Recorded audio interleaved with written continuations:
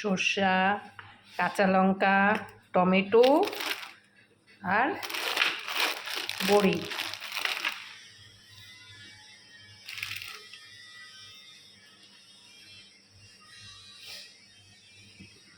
আলু।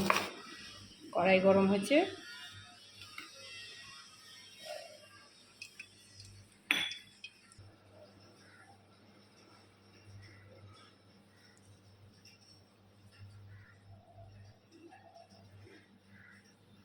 সর্ষা,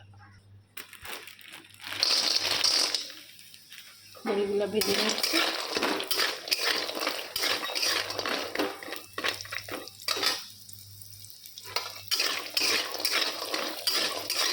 এই বড়িগুলা যে দোকান থেকে আনে খুব ভালো, এত গলে যায়, এত সুন্দর কি বলবো।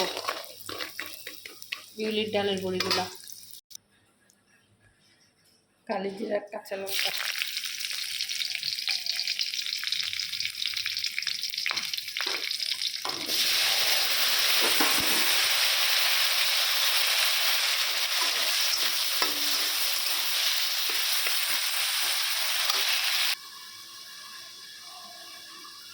হলুদ, সর্ষে আর কাঁচা লঙ্কা।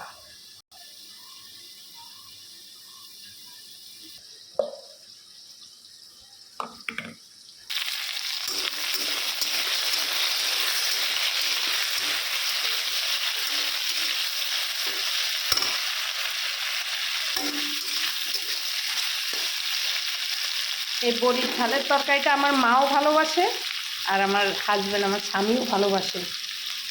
শাশুড়িও যেমনি ভালোবাসে, আবার জামাইও ভালোবাসে এটা, এই বড়ির ঝালটা সর্ষা দিয়ে। দিয়ে দিলাম, চিনি দিলাম, হলুদ দিলাম,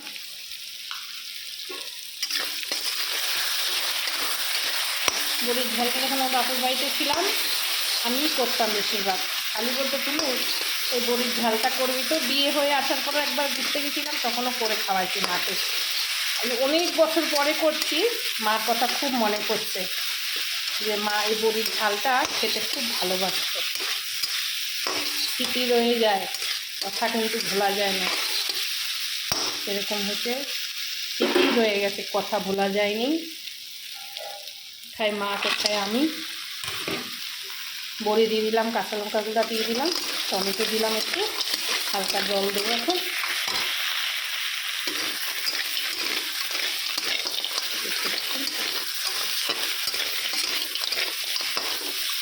আলু কিন্তু ভাজা হয়ে গেছে, হালকা একটু জল দিয়ে ফোটাবো।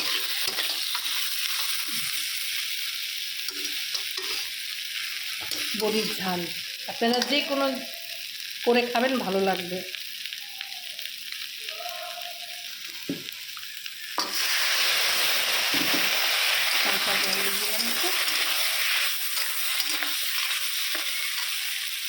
এই রেসিপিটার কোনো ঝামেলা নাই। শনিবার অন্যদিন রসুন দিয়ে খাবেন বড়ির ঝালটা, সেটা আলাদা টেস্ট। নিরামিষ করছি, সেটা আলাদা টেস্ট। আর ঝাল দেবেন, যারা ঝাল খেতে ভালোবাসেন তারা ঝাল দেবেন, নাহলে ভালো লাগবে না অতটা। কিন্তু একটু ঝাল দিলে, যারা ঝাল খান না, ঝাল ছাড়া করবেন, আরও টেস্ট লাগবে। হয়ে গেছে, কেন বড়িগুলা একটু হালকা সিদ্ধ হোক, নামিয়ে দেবো। হালকা একদম শুকনা করবো না, একটু কাঁচা তেল ছিটাই দেবো, হয়ে যাবে। সরষের তেল, বড়ির ঝালে কাঁচা তেল দিলে আলাদা একটা সেন্ট লাগে। হতে থাকুক হালকা, যেতে আলু ভেজে ফেলেছি বেশি, অতিরিক্ত সিদ্ধ হয়ে গেছে আলু। কাঁচা লঙ্কাও দিয়েছি গোটা গোটা, ঝালও দিয়েছি।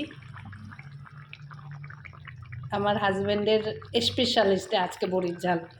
ডাল ডুল কিচ্ছু খাবে না, এটা দিয়ে হয়তো ভাত খাবে। সরষের তেল দেবো, বড়ির ঝালে একটু সরষের তেল না দিলে ভালো লাগবে না।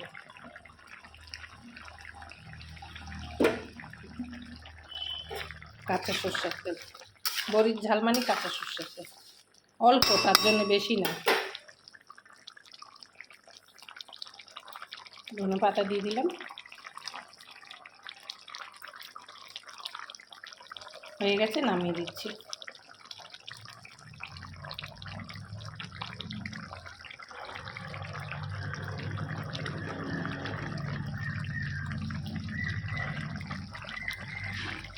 সবাই ভালো থাকবেন, সুস্থ থাকবেন।